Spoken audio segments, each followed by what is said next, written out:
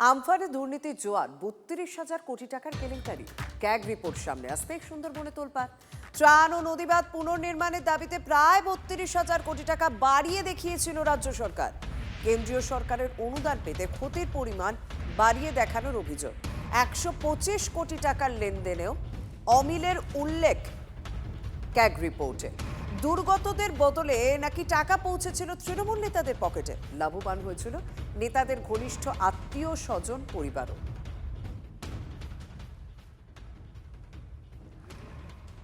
আমাদের নদীর পাড়ে বাস, বিপদ সারা মাস। ঠিক আছে, এই যে ঘরগুলো দেখছেন, আনপান আইলায় এইসব ঘরগুলো ভেঙে গেছে, অথচ মানুষ টাকা পাচ্ছে না। নদীর মাছ কোথায় হয়েছে? কোনো জায়গা হয়নি। নামমাত্র হয়তো কোনো জায়গায় একটু মাটি দিয়েছে, দিয়ে টাকা পয়সা সমস্ত সব আত্মসাৎ করে নিয়েছে। এই যে ধরুন পরেশরাম দাস আছে, শিলাদিত্য রায় আছে, এই গোপাল কুণ্ডুর মতো এরা আছে, সবাই সব তৃণমূলের সমস্ত সব নেতা প্রধান এমএলএ। আয়লা আমফানে আমার ঘর ভেঙে নিচ্ছিন্ন হয়ে গেছে। আমরা নদীর পাড়ে বাস করি। আমরা কোনো সহায় সাহায্য কিছুই পাইনি। এখানের এমএলএ, এমপি, তৃণমূলের প্রধান, পঞ্চায়েত, উপপ্রধান এরা সমস্ত টাকা আত্মসাৎ করেছে। আমাদেরকে একটা পয়সাও দেয়নি, বরঞ্চ এই ফিশারি করেছে সমস্ত নদীর বাঁধগুলি কেটে। আমরা খুব এখনো ভীত সন্ত্রস্ত অবস্থায় আছি, যে কোনো সময় আমরা ভেসে যেতে পারি। ইতিমধ্যে বিধানসভায় প্রকাশিত হয়েছে ক্যাগ রিপোর্ট। আর এই ক্যাগ রিপোর্টে সুন্দরবনে কার্যত যে একের পর এক নদী বাঁধ নিয়ে দুর্নীতি হয়েছে তা কার্যত আমাদের সামনে কিন্তু সেটা ফুটে উঠেছে। দেখুন, এই যে আমি দাঁড়িয়ে আছি এই মুহূর্তে মাতনা নদীর বাঁধ। দেখুন, এই নদীতে কোনো বাঁধ বলতে কিন্তু সরু একটা ছোট্ট একটা মাটির একটা আল আমরা কিন্তু এখানে দেখতে পাচ্ছি। এবং আমার চিত্র সংবাদকে বলবো দেখানোর জন্য, ঠিক দেখুন আমার ডান দিকে রয়েছে ম্যানগ্রোভের জঙ্গল এবং একের পর এক সেখানে ম্যানগ্রোভের গাছ সেখানে রয়েছে। সাথে জোয়ারের জল, বর্ষার সময় জোয়ারের জল দেখুন পুরো পরিপূর্ণ দুকুল প্লাবিত হওয়ার অবস্থা। আর ঠিক এর পাশে দেখুন কিভাবে কার্যত নদীর বাঁধকে কেটে সরাসরি ফিশারিতে জল নিয়ে যাওয়া হচ্ছে। অর্থাৎ নদীর বাঁধ তো হয়নি, কার্যত নদীর বাঁধকে ধ্বংস করে একটা ক্যানেল তৈরি করে সরাসরি ফিশারিতে কিন্তু জল নিয়ে যাওয়া হচ্ছে। আমি আমার চিত্র সাংবাদিককে বলবো দেখানোর জন্য। দেখুন কিভাবে একটা নদী, আমার ডান দিকে নদী একটা, আর ঠিক তার বাঁ সাইডে দেখুন কিভাবে ফিশারিতে সরাসরি নদীর জল। অর্থাৎ বাংলার রাজনীতিতে কার্যত অবৈধভাবে যে ভেরি তৈরি হয়েছে তা কিন্তু একের পর এক কিন্তু ফুটে উঠছে। এই সামনে বর্ষাকাল, এই সময় নদী কিন্তু দুকুল কিন্তু প্লাবিত হওয়ার সম্ভাবনা থাকে। একের পর এক সুন্দরবনে কিন্তু নদীর বাঁধ ভাঙছে।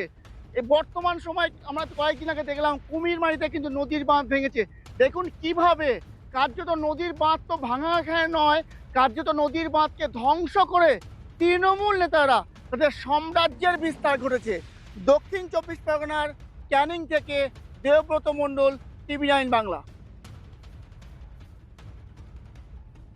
একটা খুব সুন্দর পদ্ধতিতে, বৈজ্ঞানিক পদ্ধতিতে টিএমসি দুর্নীতিটাকে, তোলাবাজিটাকে, কাটমানিটাকে, একটা ওদের এক্সপার্ট বসিয়েছিল, ওদের পার্টি অফিসে এক্সপার্ট বসিয়েছিল, আর একটা আইপ্যাক ছিল, আর একটা এক্সপার্ট কিভাবে কি করতে হয় ওদের একটা পরামর্শদাতা ছিল।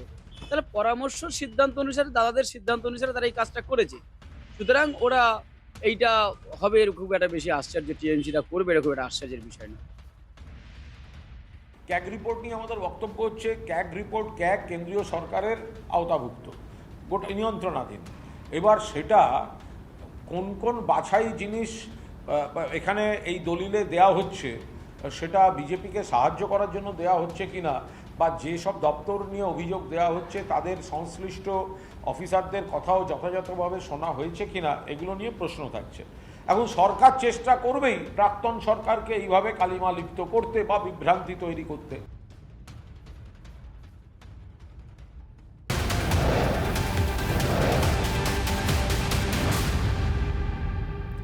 এদিকে এই ক্যাগ রিপোর্টকে হাতিয়ার করে কালীঘাট তৃণমূলকে তোপ ঋতব্রত তৃণমূলের। বিরোধী দলনেতার অভিযোগ, আমফানের পর কেন্দ্র যে টাকা পাঠিয়েছিল সমপরিমাণ টাকা দুর্গতদের কাছে পৌঁছয়নি। বহু ভাউচার নাম্বারের সঙ্গে ব্যাংক অ্যাকাউন্টের নাম্বার মিল নেই বলে দাবি করেছেন তিনি। অতিরিক্ত টাকা কেম্যান আইল্যান্ড, ভানুয়াতুতে পাঠানো হয়েছে কিনা জানি না। কি বলেছেন শুনবো। বেনিফিশিয়ারি লিস্টে তো অ্যাকাউন্ট নম্বর থাকে, ডিরেক্ট ট্রান্সফার হবে, ডিরেক্ট ব্যাংক ট্রান্সফার হবে, ডিবিটি হবে। এবার যে লিস্ট হচ্ছে মমতা বন্দ্যোপাধ্যায়ের সরকার দিয়েছেন, ভাউচার এবং ব্যাংক রেকর্ড মিলছে না। ভাউচার এবং ব্যাংক রেকর্ডের সঙ্গে রাজ্য সরকারের দেওয়া কোনো মিল নেই। কোন কোন জেলায়? দক্ষিণ 24 পরগনা, নদিয়া, পশ্চিম মেদিনীপুর, পূর্ব মেদিনীপুর। কোনো হিসেব পাওয়া যাচ্ছে না। কতগুলো কেস? 1,44,175টা কেস। এনডিআরএফ এস্টিমেট করেছিল 5,414 কোটি টাকা প্রয়োজন। রাজ্য লিখে পাঠালো 35,018 কোটি টাকা প্রয়োজন। ক্যাগ রিপোর্ট বলছে যে গোটাটাই এক্সাজারেটেড এবং আনরিয়ালিস্টিক, বাস্তবের সঙ্গে কোনো সম্পর্ক নেই এবং ফুলিয়ে ফাঁপিয়ে দেখানো হয়েছে। এখন এই অতিরিক্ত টাকা কেম্যান আইল্যান্ডসে, ভানুয়াতুতুতে, মধ্যপ্রাচ্যে, ইউরোপে বাটপার চার্টার্ড মাফিয়ার প্লেন কেনবার জন্য, ব্যবহারের জন্য চেয়ে পাঠিয়েছিলেন কিনা আমরা জানি না। এটা যতক্ষণ না কনসার্ন ডিপার্টমেন্টের অফিসাররাও তাদের বক্তব্য জানা যাচ্ছে, ততক্ষণ এই নিয়ে ক্যাগ কি বলল, ক্যাগ কোন অংশটা দিল, ক্যাগ বেছে বেছে দপ্তর দিচ্ছে কিনা, বেছে বেছে জায়গা দিচ্ছে কিনা।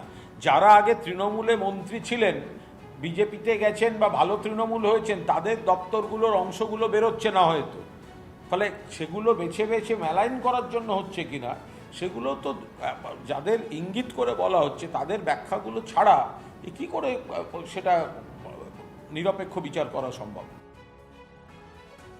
এই আমফান দুর্নীতিতে তো সংকট নেই। বিস্ফোরক অভিযোগ করছেন সিপিএম নেতা কান্তি গঙ্গোপাধ্যায়। তৃণমূল নেতার বিরুদ্ধে নৌকো কেনা এবং মৎস্যজীবীদের ক্ষতিপূরণের টাকা লুটের অভিযোগ। 8,84,00,000 টাকা দুর্নীতি করা হয়েছে বলে অভিযোগ করেন তিনি। শুনবো।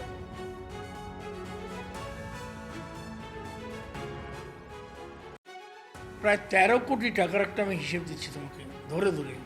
ক্যানিং 2-তে 4,789, 69 লক্ষ টাকা, 14,000 টাকা রয়েছে, দেখানো হয়েছে, দেওয়া হয়েছে। ক্যানিংয়ের মাত্রা চর মজে গেছে, ভাটার সময় মানুষ হেঁটে যায়, নৌকোর সংখ্যা খুব কম, হতে পারে 200-400। ক্যানিং 2-তেই 4,789, শৌকত মোল্লা। যেখানে নৌকো নেই, সোনারপুরে নদী কোথায় রে ভাই? সোনারপুরে নদী নেই। জয়নগর বনের নদী কোথায়? এক পিয়ালির খালটা আছে সামান্য। জয়নগর 2 সব এমএলএরা ঝেড়েছে টাকা। এই 13 কোটি টাকার হিসেব আমার কাছে রয়েছে। আমি এই সমস্ত ডিটেলস দিয়ে minister in charge, department of fisheries চিঠিটা পাঠিয়েছি এবং উত্তর আজ পর্যন্ত পাইনি। তারপরে তো ক্যাগ রিপোর্টে সব এলো, দেখলাম